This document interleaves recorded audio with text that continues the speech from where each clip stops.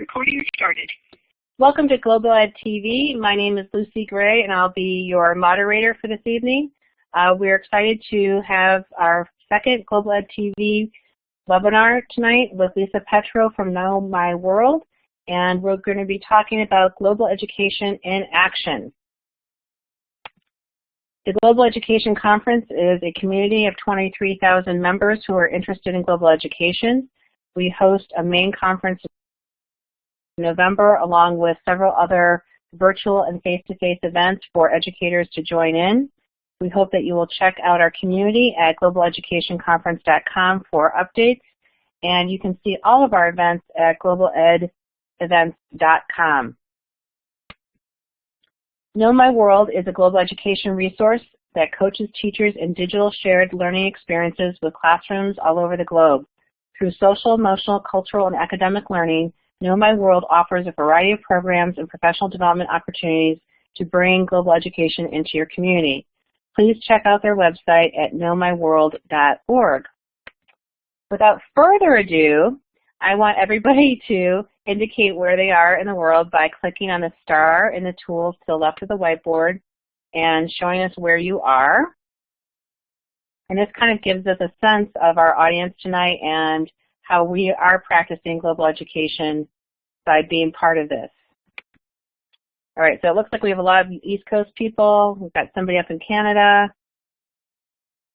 You can tell us where you are in the chat. I'm in Northbrook, Illinois, which is just outside Chicago, and it's very cold. It's winter here, and I don't know, maybe 30 degrees out. It's dark. It's just 6 o'clock tonight in my time zone. I'm sure it's beautiful in Colorado, Tony. All right, so we've got Connecticut, D.C., New York. We've got several in Connecticut. Joy, where are you? Taiwan. All right, that's great. It must be kind of late in Taiwan, I'm assuming. All right, this is great. And Wendy, okay. The sun always shines in Edmonton. Okay, that's great. And then we have Pakistan here, so yay for Pakistan representing tonight. This event will be recorded and will be up on our YouTube channel later if anybody has any questions. And without further ado, I'm going to turn this over to Lisa so she can share with you her fabulous guest that we have tonight. Before we do that, we need to thank our sponsors, VIF International Education, TES, Know My World, and the Learning Revolution Project. We hope that you will visit these sites and our sponsors for more global education opportunities. Great. And without further ado, I'm going to turn this over to Lisa. Good luck, Lisa. Break away. Thank you, Lucy. Well, I just want to personally welcome everyone to tonight's session, Global Education in Action. I'm very excited. This is actually my favorite topic of discussion. And I wanted to take a moment to just recap a little bit for those of you that were able to join us for the first session, which was how we define global competence in education. I wanted to talk a little bit about where the platform that we're standing on. So previously, we looked at the idea of competency-based learning inside of global education. And we were able to really identify 4 main pillars of that level of learning. So knowledge, attitudes, skills, and also behaviors, sometimes called actions, or sometimes in other research you'll hear as outcomes. And inside of those 4 pillars of competency-based learning, we were able to identify and connect with some common aspects that practitioners in the field identify with, things like empathy and respect, or cultural awareness, critical thinking and collaboration, or even the actions that we put out into the world like solidarity, social justice work, and equity.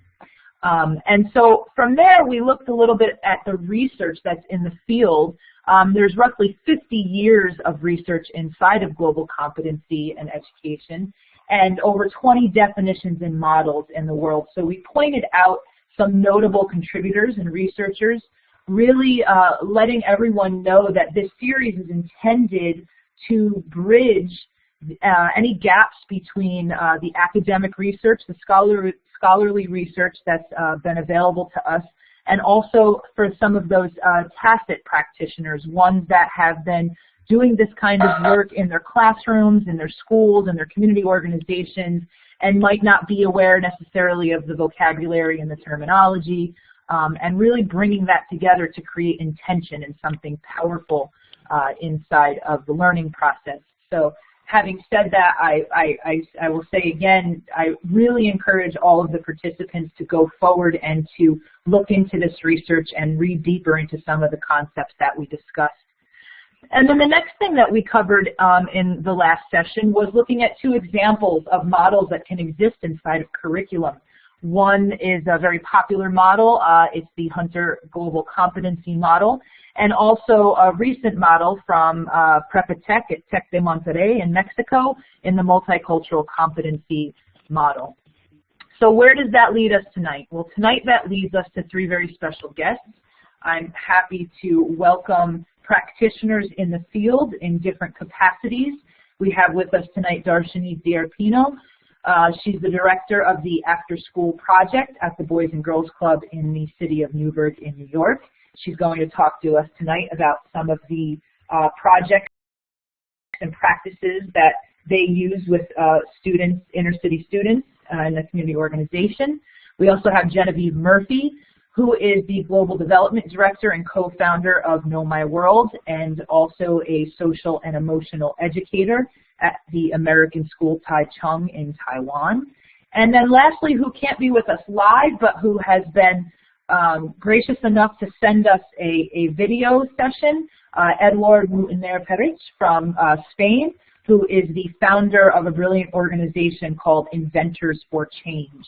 So tonight, these three guests will walk us through some of the actions that are specific to bringing global education into the learning environment.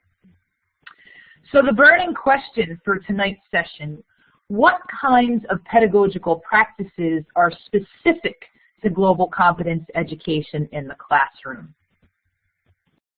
And so the first one that comes to mind, and I do a lot of work with teacher educators, with teacher education, is the concept of culturally responsive teaching. Now, there's a lot of research in the field around this, specifically in multicultural education here in the U.S. And culturally responsive teaching is very specifically something that goes beyond just our desire to do well in the world. We want to do good. We want to be respectful and ensure that every child has an equal learning opportunity.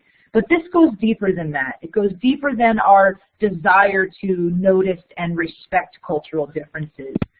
Specifically, culturally responsive teaching is our ability to not only have a diverse set of knowledge inside of culture and our students' cultures in the classroom, but also to be able to develop culturally relevant curriculum so that we're ensuring that all of the cultural identities and social identities of our learners in the classroom are being met. It also talks a lot about caring and building relationships inside of cultural differences. It focuses on cross-cultural communication and also focusing in on our ability to provide diverse instruction for the various cultural contexts that are present within our learners. So culturally responsive teaching is a key element. And, you know, a lot of times, again, this comes from a multicultural background, but it's not just specific to some of the classrooms that we might see in the U.S. that have a diversity of cultural context, but also within countries and cultures all over the world. There's a lot of cultural gaps for students. We might assume that some of the more notable ones like ethnicity or race, but there's also deeper sociocultural contexts as well. And so really just understanding that culturally responsive teaching applies in every learning community. It's not indicative of, it doesn't have to be an externally diverse classroom environment. So what is the toolkit for teachers to be able to accomplish this? Well, there are three primary areas as an educator that we want to make sure we're incorporating into our pedagogical practice. So the first is, of course, differentiated instruction. For those of you that are familiar with Gardner's multiple theories of intelligence, then you know we must make sure that we're including all of our learners, and we're really meeting a diversity of learning styles. So this looks like coming equipped with lots of different instructional strategies, and also in tandem with the culturally responsive teaching, understanding how our students learn, understanding how their cultural identities might impact their ability to learn more effectively. For example, something like cooperative learning versus independent learning. That could be embedded in cultural context. Another key element of this is student experiences. Student experiences are invaluable. Whenever I work with teachers, I always talk to them about the thing that we never want to hear is, I don't know why I have to learn this. This isn't important. I'm never going to use it in life. Well, that is a key indicator that students are not engaged, that they don't have meaning, they're not connected to the content, and they're not invested in it personally. So involving student experiences in the curriculum, ensuring that there's diversity in the cultural context, that gives them an ability to connect and to have a deeper interpretation and meaning in what we're trying to share with them. And then the last piece of this is essential questioning, and this is important because this connects your content with your student experience. This connects the world and the cultural context with your student experience, giving them an opportunity to really connect and employ higher order thinking, to think constructively. Of course, this is not open-ended questions. This is an ability to, you ask one question, 5 more appear, and it gives them a deeper context and a deeper order of thinking in terms of, you know, how does this impact my life? How will this impact my life for years to come? So there's a lot of depth inside of essential questioning. So a couple of key teaching strategies that exist inside of global education and that we're going to hear tonight in some of our guest shares, things like experiential learning, of course, giving them the opportunity to reflect on their learning experiences and connect and make meaning. Project-based learning is brilliant. Inside of this is already built many differentiated instructional strategies. So you'll have things like teamwork, you'll have things like research, digital media, ed tech. So there's a lot of layers inside of project-based learning.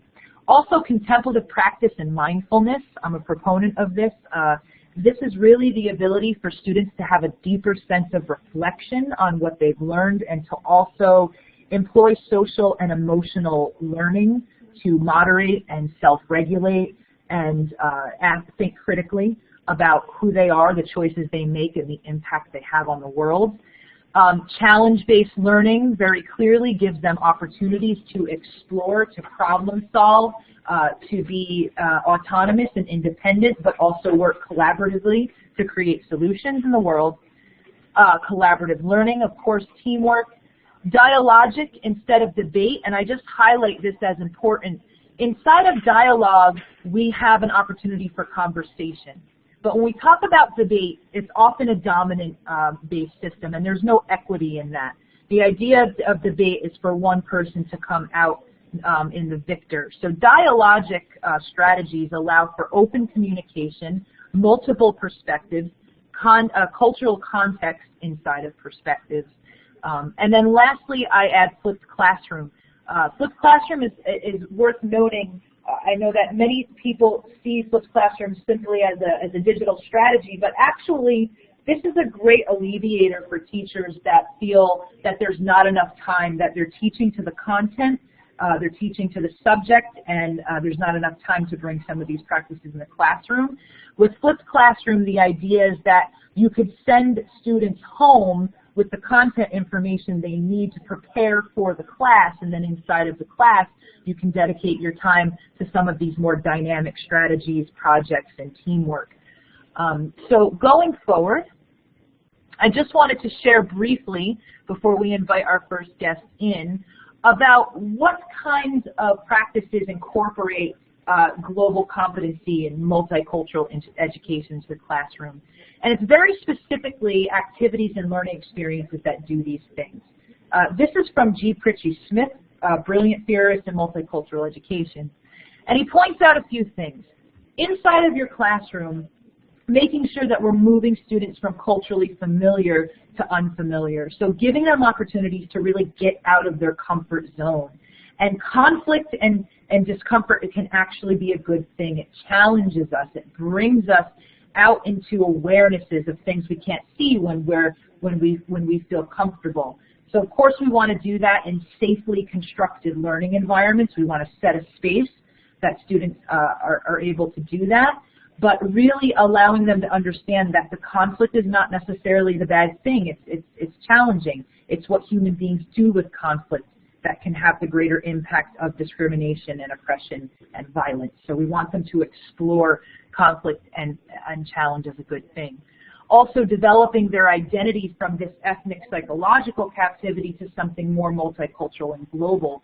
And multiculturalism as a term really is focused on the ability to accept and respect and adapt to cultural differences, not necessarily the sterilization of cultural identity. So we want students to get outside of feeling that there's only maybe one kind of culture that exists in the world, out into various perspectives and open to lots of differences and their ability to embrace that and accept that. Also giving them interpersonal contact within interracial and intercultural relationships, so allowing them to explore diverse relationships in their life, increasing their knowledge about their own culture and the culture of others, allowing them to examine issues, concepts, and themes through multiple perspectives, so different cultural lens, not just the lens of gender identifying as a boy, or the lens of ethnically identifying as an Italian, but lots of different cultural lenses. And then lastly, enabling them to co-construct and solve social problems, understanding that this level of competency, global competency, cultural competency, is a lifestyle. It's not something that's just going to happen for them in a school day. And so these are key areas in promoting global competence in your classroom. So the next question, what do these practices look like when they're in action? And what is the impact on students when we're in full action? I'd like to now turn over to Genevieve Murphy, the co-founder of Know My World, and she's going to walk us through some of those practices in her classroom in Taiwan. Thanks. Thank you so much, Lisa. I really appreciate your introduction. Yes, I am here, and I'm excited to share with you today some approaches that I implement with my third grade students here in Taiwan around global citizenship. So teaching at an international school, I have a culturally diverse classroom, and so it's important for me, I feel it's important for them to learn global citizenship. And it's important so that my students have a strong understanding of why and how to be respectful of their classmates who are from different cultural backgrounds, and not only acknowledge those differences, but also appreciate them in order to build a strong class climate. Another important thing is to bring an awareness of global issues into the classroom. And I think that that's important so that students can begin really at any age to not only be cognizant of problems and issues that are occurring, but more importantly, feel compelled and capable to bring about change and create solutions.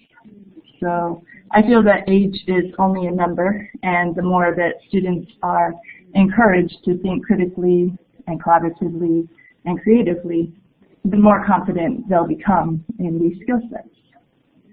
So how do we create this dynamic in our classroom? And an important starting point is self-awareness. So students need to not only understand, but also identify with who they are and where they come from. And once self is understood, then there's room for growth and expansion to outside influences, including the classroom community or local community, and then even further to a global awareness.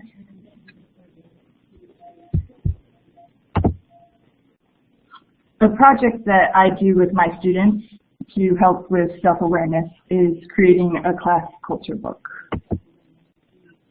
In this book, each of the students is responsible for creating 2 to 3 pages about their culture, where they can share things about their family, about their customs, about their traditions, important things to them about their history and their background and their culture. And then I have these pages bound into a book, and I give each of my students a copy of this book just so they can own it and they can take their time to go through it and really see what each other shared about their culture, and it's something they can take home with them and hopefully treasure to some extent. So the second part of this project is culture presentations, and I asked the students to bring in an item from their home that is representative of their culture that they feel is special and share it with their classmates. And this experience provides an opportunity for the students to go home and to actually talk with their parents and really learn about and connect with important aspects of who they are and where they come from. And this first step builds cultural awareness, understanding, and acceptance of diversity, some of those key points that Lisa mentioned at the beginning of this presentation.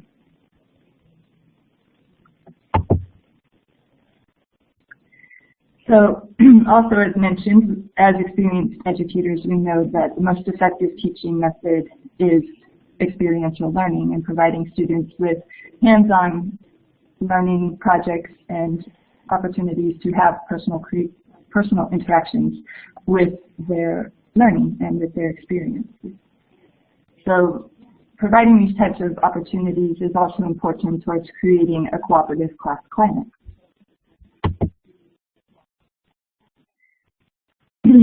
In my class, we do culture units, and we spend a few weeks learning about and discovering fun and interesting things about each of the cultures represented amongst my students.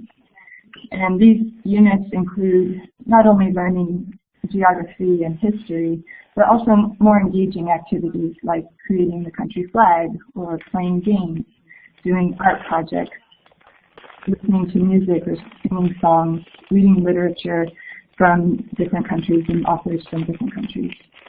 And they're really interactive and engaging, and everyone has a really good time while they're also learning things like empathy, curiosity, respect, sensitivity, connection to others, and equality.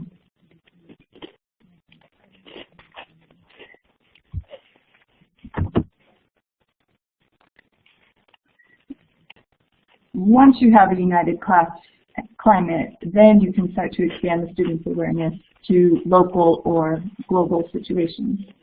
So this involves bringing in topics of current events or global issues, and really opening up your classroom to discuss those things through essential questions or guided questions.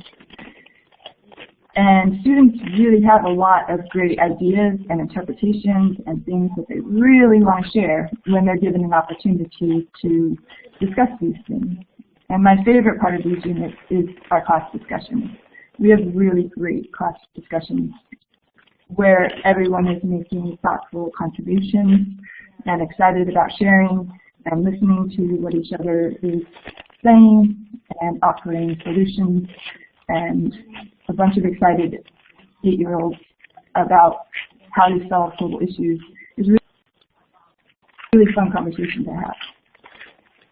So guided questions and essential questions can help steer these conversations. And this year, my students chose to focus on learning more about pollution and litter, which are local problems here in Taiwan, as well as global issues.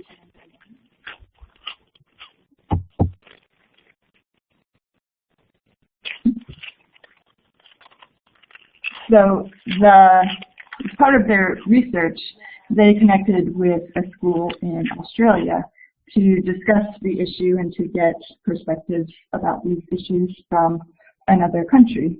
And this project provided opportunities for the for classroom collaboration as well as global collaboration. And my students really enjoyed using the technology where they used blogs, and we also incorporated Adobe Connect for video conferences so the students could talk and share about their ideas and their thoughts on different global issues. So not only did they enjoy the technology, but they also really enjoyed interacting with peers in another part of the world.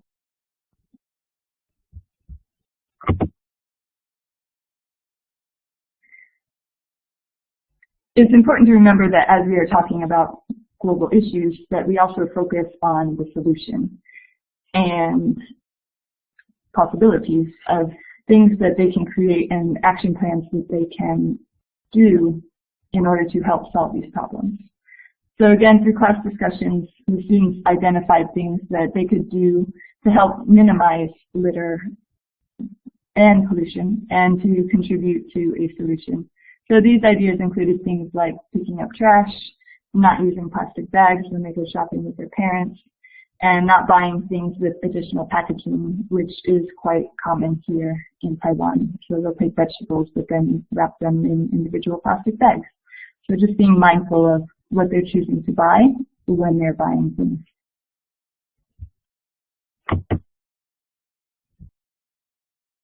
And finally, the students designed a Bring Their Own Dish to School campaign for a special lunch that the school was providing as part of our Thanksgiving celebration back in November. And they decided that, they realized that if everyone in the school used a paper plate and paper bowl, then we were going to make quite a lot of trash. And so instead, they wanted to encourage everyone to bring their own dish so that they could minimize that trash amount.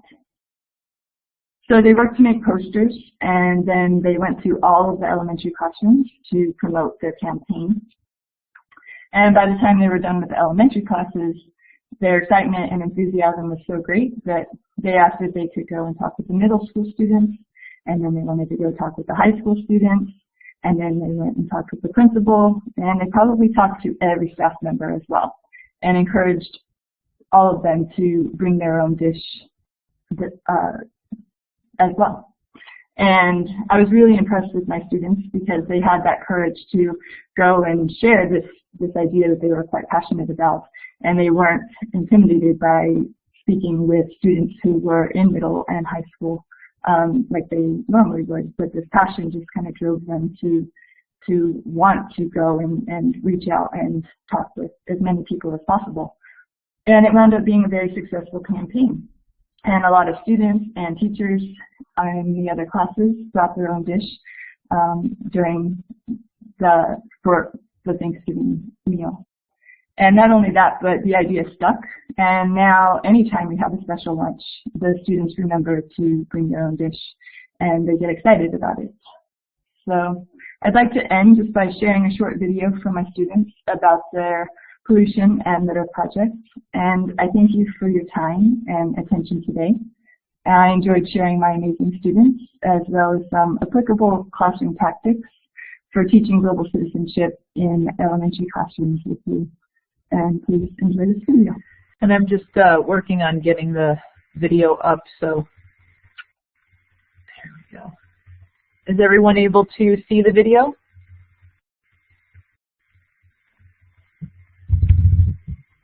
Yes, it's fine.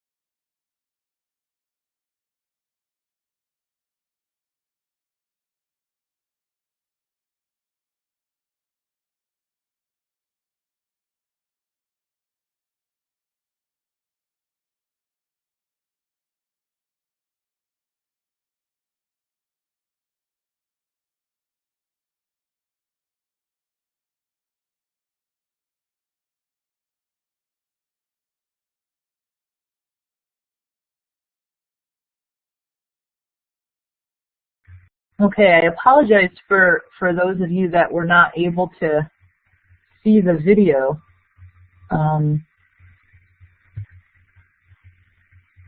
Were most of you able to see it?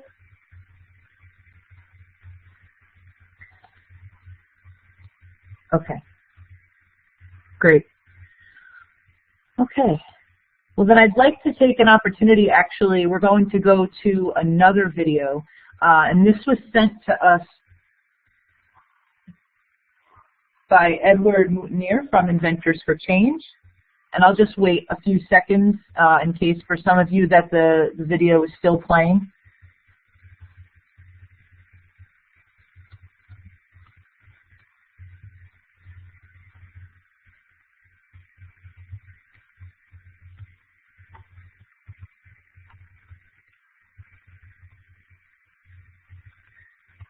All right, great. Okay. This is from Edward from Inventors for Change, and he's going to talk to us a little bit about how he's created a foundation that connects students in challenge-based learning. He does a lot of work specifically between Spain and India. And so let's have a look at what he does. So I know this is just, for some reason, this is on a delay. So.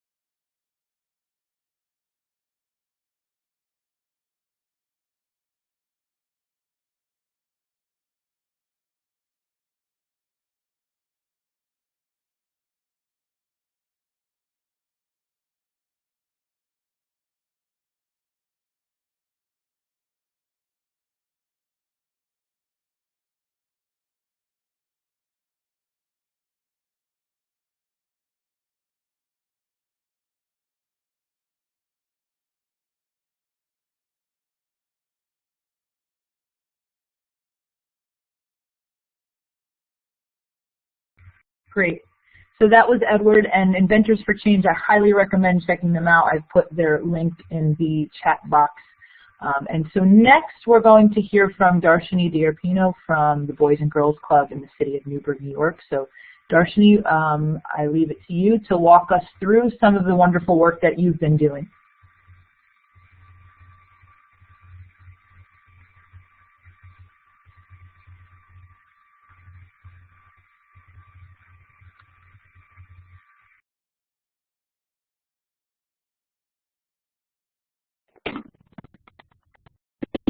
Everyone.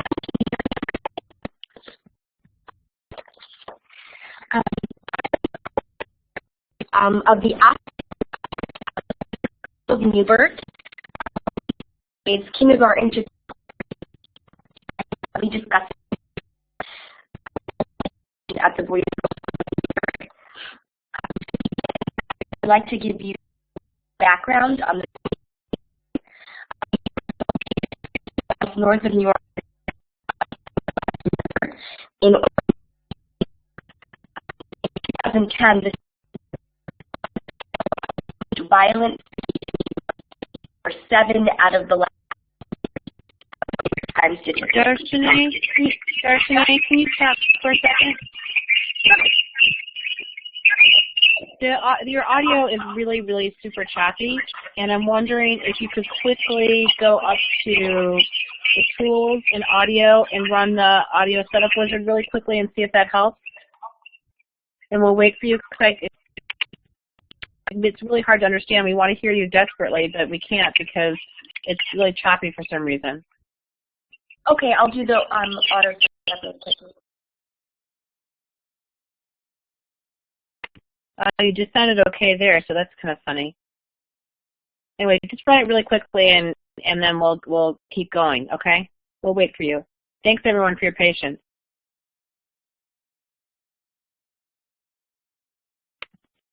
Sometimes when people are having audio issues, you'll see, I believe there's a little icon to the right of your name, and you may see it turn. I'm not sure if it's. I don't think it's the microphone with the red thing on it, but I think it's maybe the little yellow dots that appear, and that means that somebody's having audio issues. Sometimes you'll hear the voice, somebody's voice kind of catch up as if it sounds like a mouse kind of voice, and that's because there's a lag in the audio as well. But generally, things will settle down in a minute. Darshini, let us know when you're. It looks like you're ready now. Do you want to try your microphone again?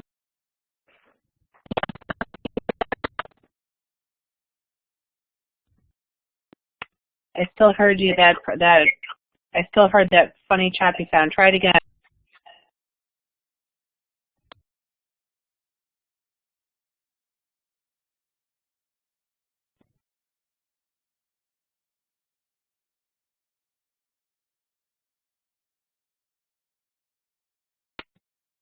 Can you press the talk button and see if it's working? We didn't hear you then.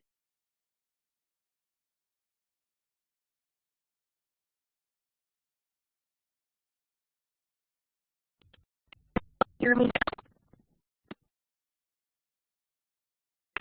No, it's really funny. I mean, it was working. You sounded great before. No, we try again. You sounded all right a minute ago. All right. Can you hear me a little bit better? That sounds great. Okay, perfect. Start from the beginning so that I'm not sure. We're getting that sound again. Are you using a microphone or something, or do you know what that sound might be? I'm not sure.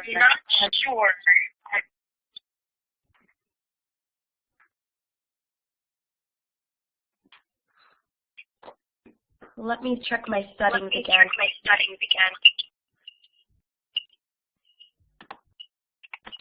The echo might be, Shane, from me. I have my talk button on, so there might be an echo there, but this is beyond an echo. This is like a really choppy sound. She sounded okay a minute ago, but then it starts up again.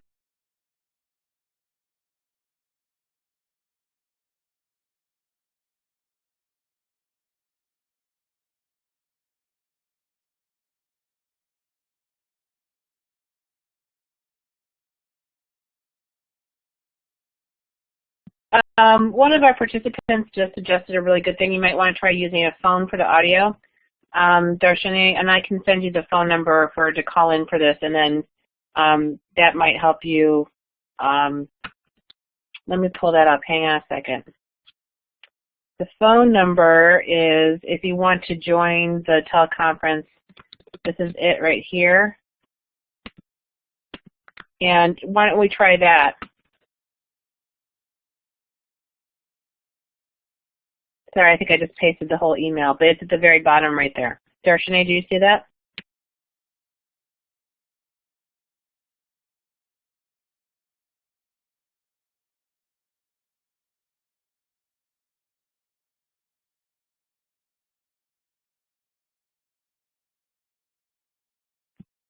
Awesome, thanks. And great idea, Larissa.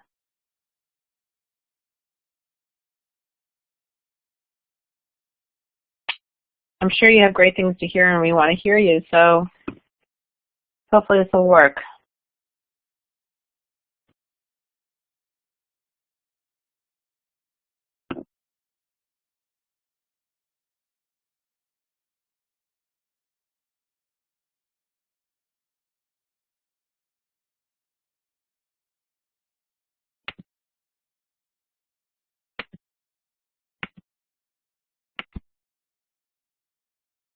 Any luck, Darshini?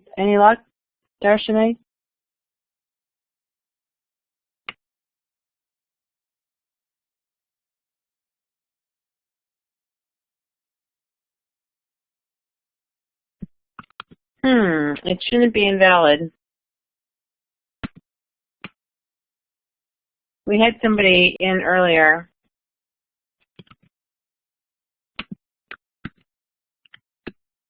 Did you get the 8-9 there, the whole thing?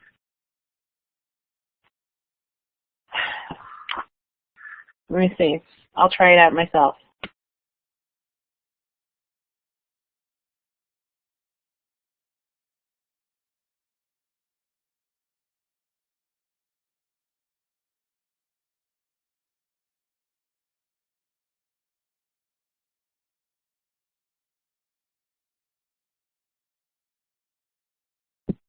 Hang tight, people. We can go past 7 o'clock if we need to. It's not a big deal.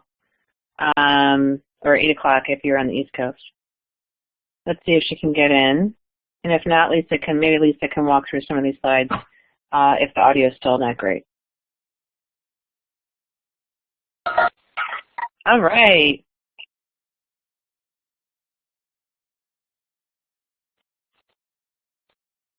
Okay, can you talk? Can we hear you, Darshini? Do you want to try talking?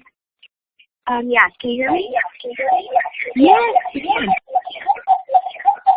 I think there's like an echo.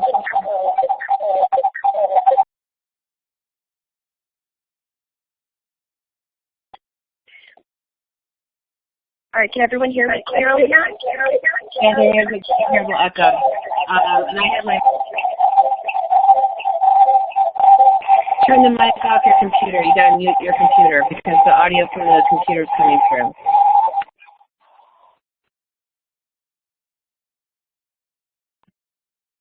Try it again.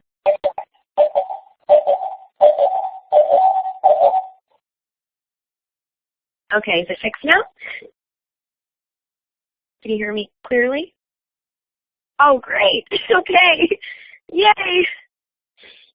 All right, I'm going to start if we're good to go. All right. So I will start again. Good evening, everyone. My name is Darshini Darpino. I'm the program director of the After School Project at the Boys and Girls Club of Newburgh, where we serve grades kindergarten to 12th grade. So I'm going to be discussing how we address global education at the Boys and Girls Club of Newburgh. To begin, I would like to give you all just a quick background of the community of Newburgh. Newburgh is located 60 miles north of New York City on the west bank of the Hudson River in Orange County, New York. In 2010, the city of Newburgh held the title of most violent city in New York State for 7 out of the last 10 years, according to crime statistics. As of 2014, Newburgh remains on the list of one of the top 10 most violent cities in New York. Newburgh suffers from a host of urban problems, including substandard housing, a high percentage of single-parent families, a high crime rate, gangs, drugs, teen pregnancy, failing schools, and a crumbling infrastructure. The Boys and Girls Club, our actual site is located in Census Tract 4, which contains the city's highest percentage of families living in poverty. I just thought it was important to mention this because it gives you an idea of the challenges that our members face and what we're trying to do to kind of help them through those challenges. In our after-school program, it's really important for us to cultivate members that understand perspective. And you will see later on in this presentation exactly how we address this in our program. We make an effort to validate our students' experiences and to promote opportunities for our members to learn about other perspectives.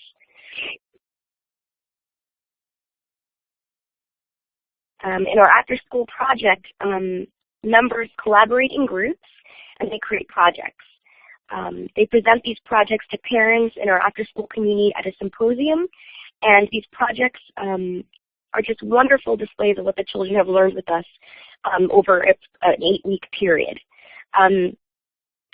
Our program, our major component of our program is project-based learning.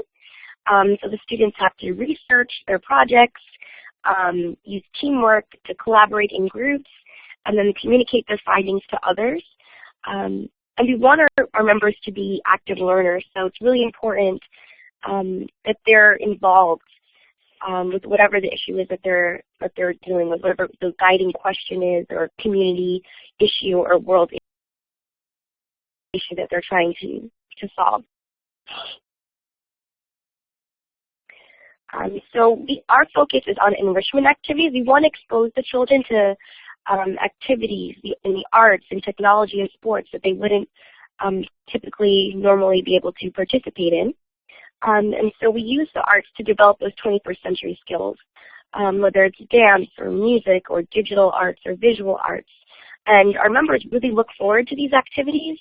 And often these activities keep the members coming back because we have our academic portion, we have our homework portion.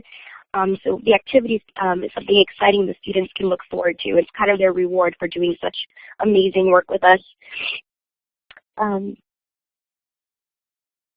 So there are three main components to our program. So academic success, which the students have their homework and they do project-based learning. Healthy lifestyles, where they take nutrition classes.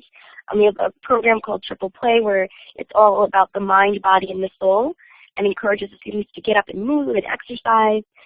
We also have good character and citizenship, and that's where students can join our Student Advisory Council. They can participate in our mentoring program, and we also have a program called Youth of the Year. All of our different sites at the Boys and Girls Club, the students will compete amongst each other, and each site nominates a student that represents the Boys and Girls Club on our mission, and they follow the 5 Bs, which is actually what we're going to talk about next.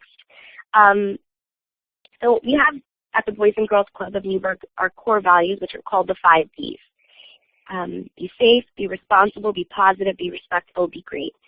The staff are trained in social emotional learning, so they can support the development of every child in our program. And the skills that they learn are incorporated into every component of our program. And we know that, especially from the very beginning, it's important to have a supportive, caring environment for students so they can trust us and know that we care about them.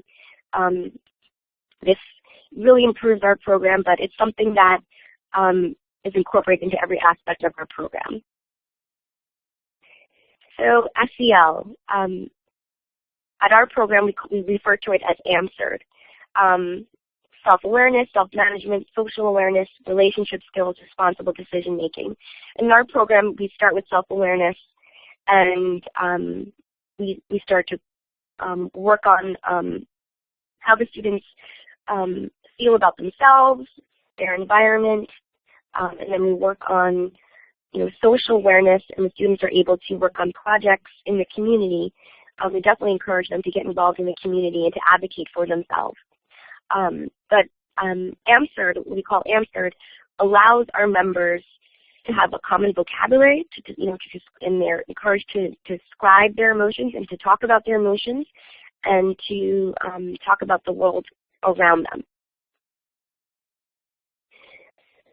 So the After School Project, like I said, in the very beginning we focus on self-awareness, and then we branch out into the larger community. And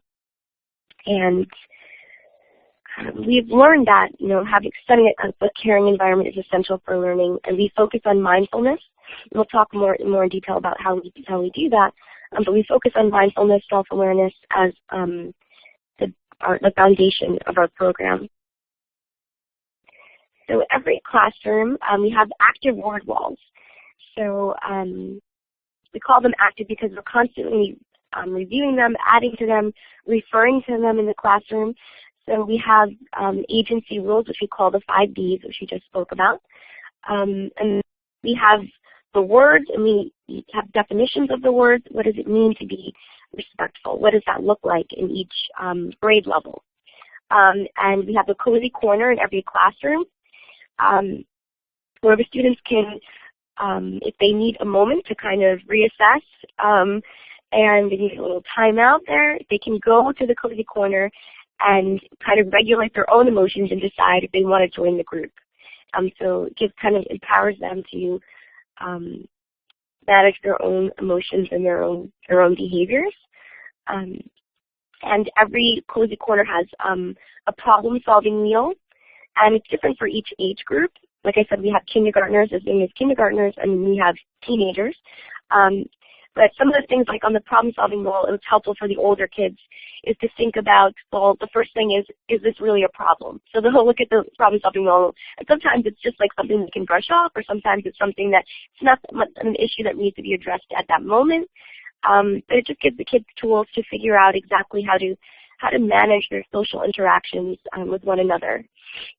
We also have quiet time or meditation in every classroom. And it starts off with, just a couple seconds sometimes with the younger students.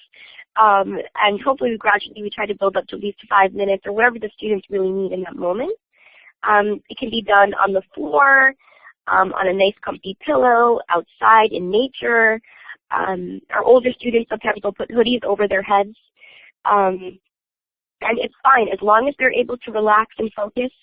We allow them to do whatever they need to do. And we try to focus on, this is not just something you can do in the after-school program. This is something that you can do when you're out in the community. If you're upset, if you need to just close your eyes, take a deep breath. We go through all of these steps. We try to have the students not just go through the motions, but understand why they're doing it, why it's important to take a deep breath when you're frustrated, why it's important to pause for a moment and think before you react. These are really important life skills for our students to understand. And you'll see the examples. This is one of the examples in the classroom. I believe this is our 3rd grade classroom. The students are promising to really look into self-awareness and self-management and relationships build and all of those things. So there are requirements for our classrooms.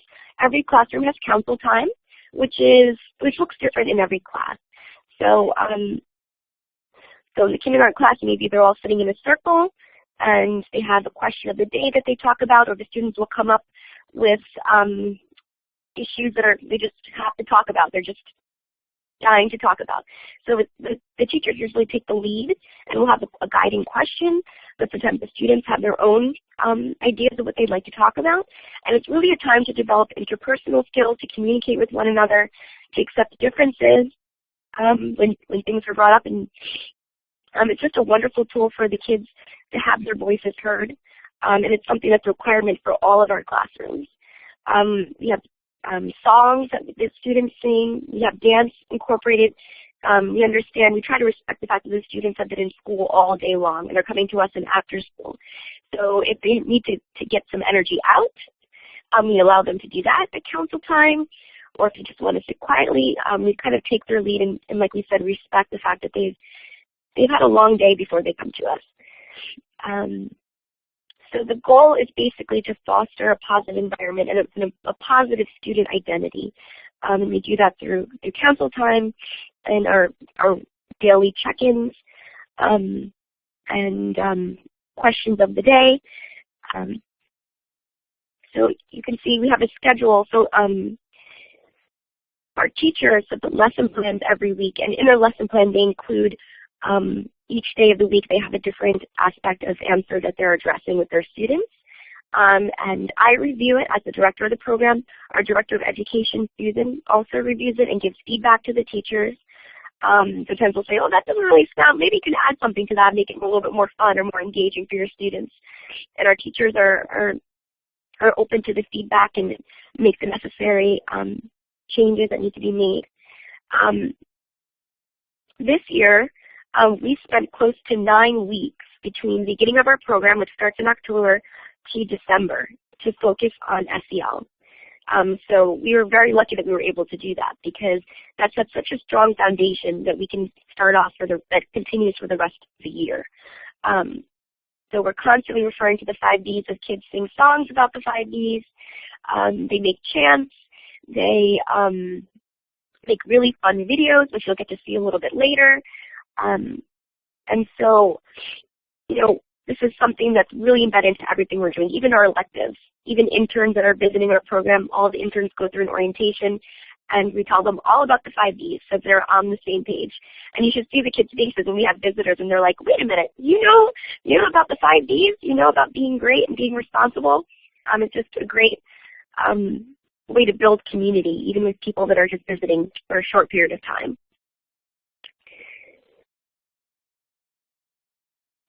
So there are other ways that we try to get the kids more involved in the community. So we have community service projects, and it basically allows members to research, investigate social problems in their community, and it really does increase their community awareness, things that are going on.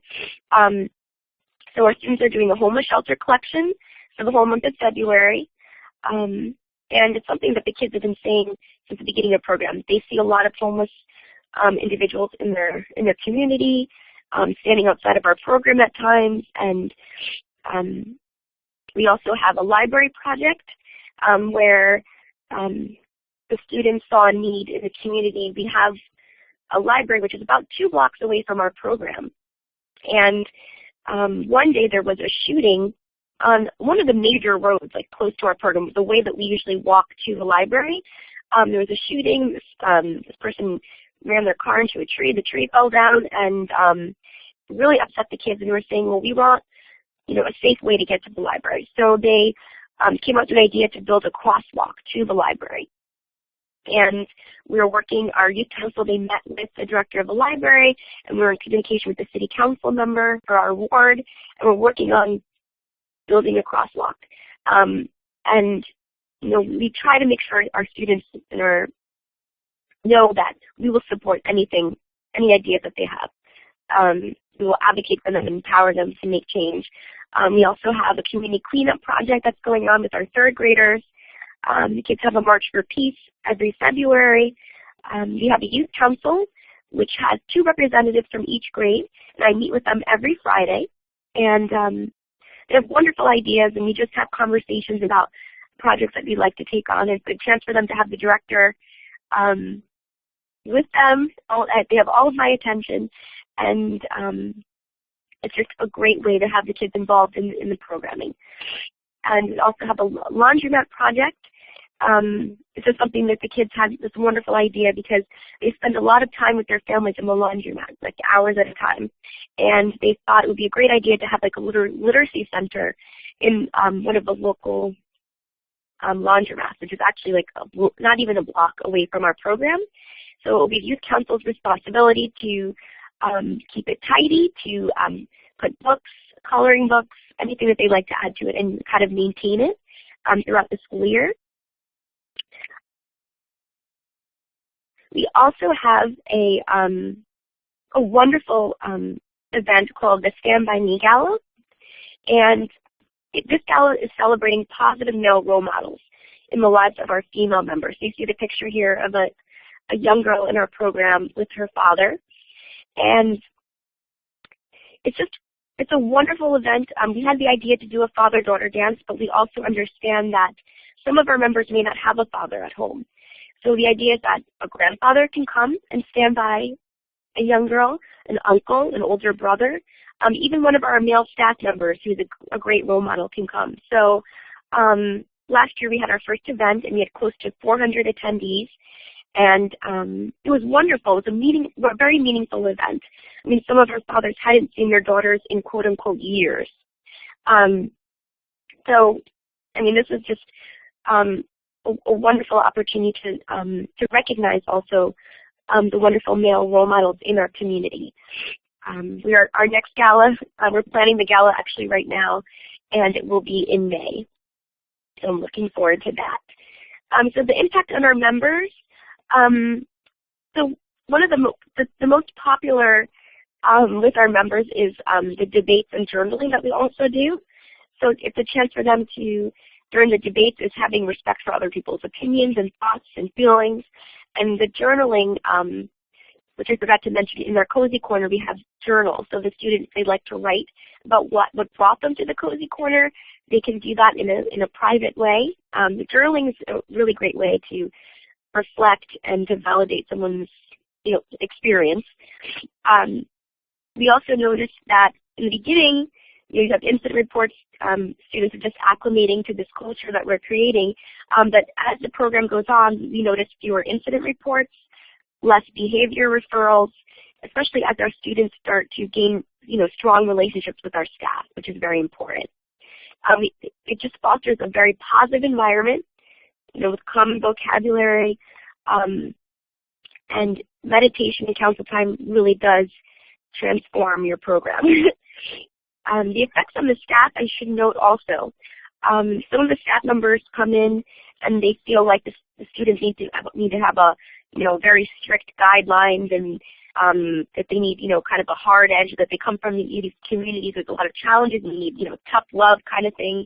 And you see as the staff members incorporate SEL and the 5 Bs, everything that we're doing, they start to learn as well. And it's wonderful with ongoing training and support. We're able to kind of change their mind about what the needs of our students are, and we start to see change in the staff, which is wonderful. Also, you also see more community service projects that are, student-centered and child-centered. And this last month, we had our first Be Great Symposium. And this effect on the members is that we had one of the first female African-American police officers in Newburgh come and speak to the students as a guest speaker. We had a city councilman, and we had a wonderful motivational speaker who does a lot of work globally and in larger communities like Detroit. And they came and shared a lot of wonderful information with our students, just to inspire them a little bit. And also it's great when we have people from the outside, not just our teachers saying, be great, be responsible, respectful, when people from the outside also are reflecting those same things. People that are successful, people that come from the same community that they do. And project-based learning also is wonderful because it helps us listen to our students and support them and help them to bring these projects to life.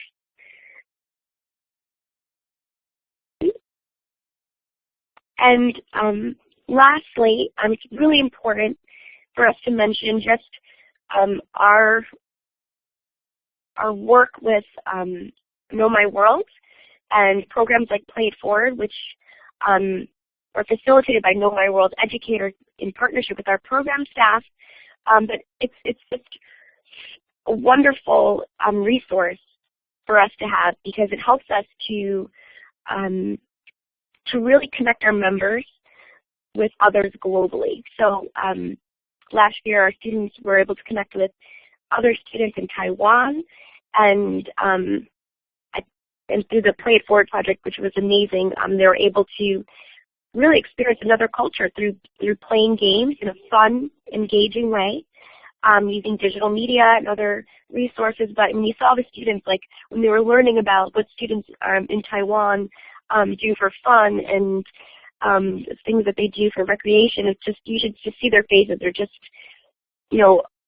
just super engaged. And, and we want to do more activities like that, because we do a lot of focus on, developing our students and work in our local community, but it's really important to make those global connections, and we're really hoping to work more with Know My World.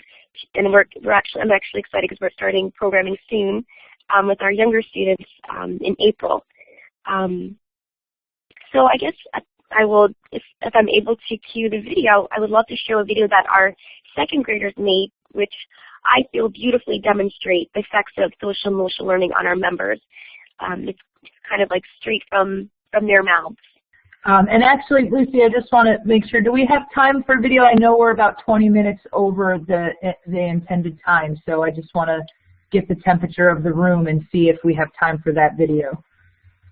It's really up to you. I mean, I would go ahead and show it. If people need to drop off, they'll drop off. But generally we do try to keep things under an hour, but go for it. Okay.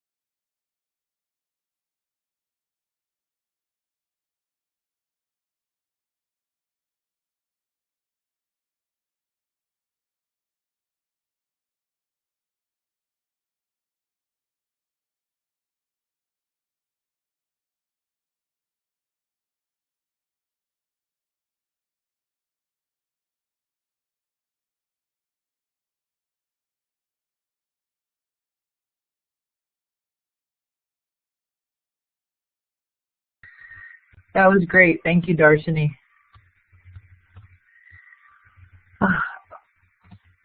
Okay. So yes, thank you so much for those of you that hung in with us. I think that these are brilliant examples of some of the powerful work that's being done in the world right now to bring global education into action.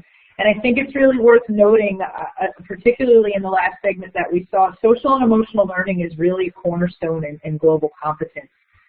It's important that students have these kinds of skills to be self-aware of their own cultural identities and their social identities and the impact that they have on others, and also their ability to self-regulate when they're working within cultural differences and cross-cultural relationships. So that really powerful stuff. Thank you.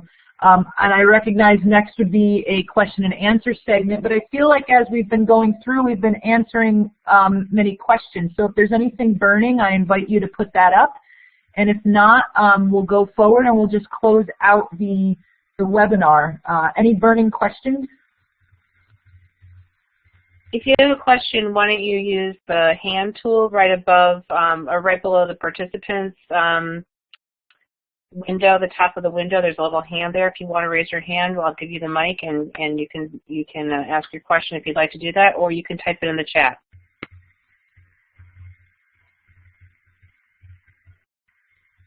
Thanks, Lucy.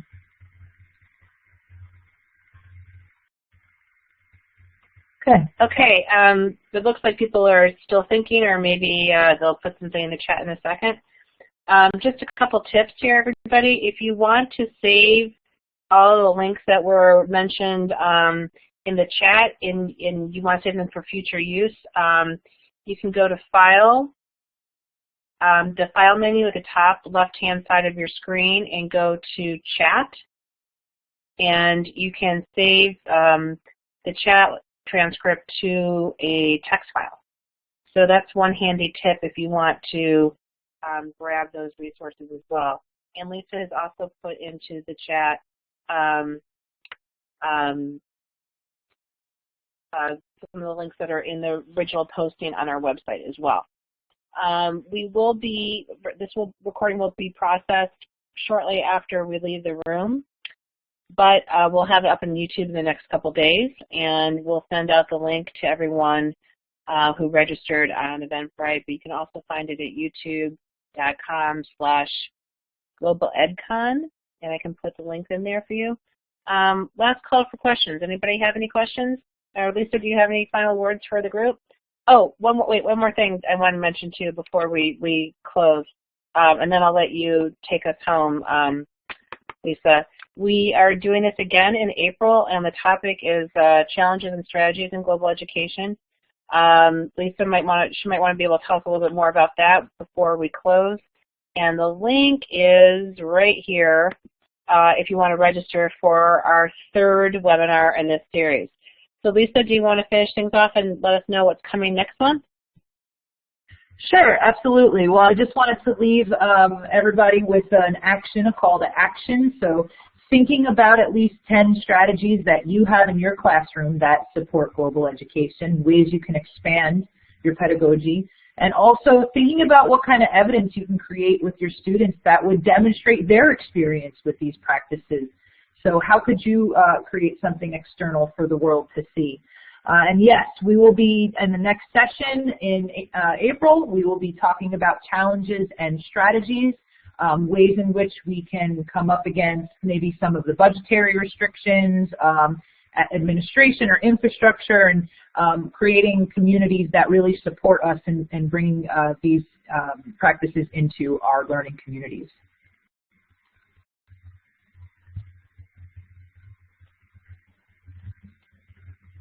And there you have it. There is our YouTube channel. You'll be able to find this and the previous month's recording on there shortly. Make sure that you go to globaled.tv to see our future events, and globaledevents.com also will give you more information about other events that we're planning besides the Global Education Conference. So thanks again to Lisa and her guests. It's such a small world. Genevieve is from a school where a friend of mine from college's son goes. He's in 6th grade at her school in Taiwan. and they're there for a year on a Fulbright. So it's a small, small global world, I think, and we appreciate all your time, everyone, and sharing your expertise. And we'll see you at the next webinar, everyone. Thanks for coming.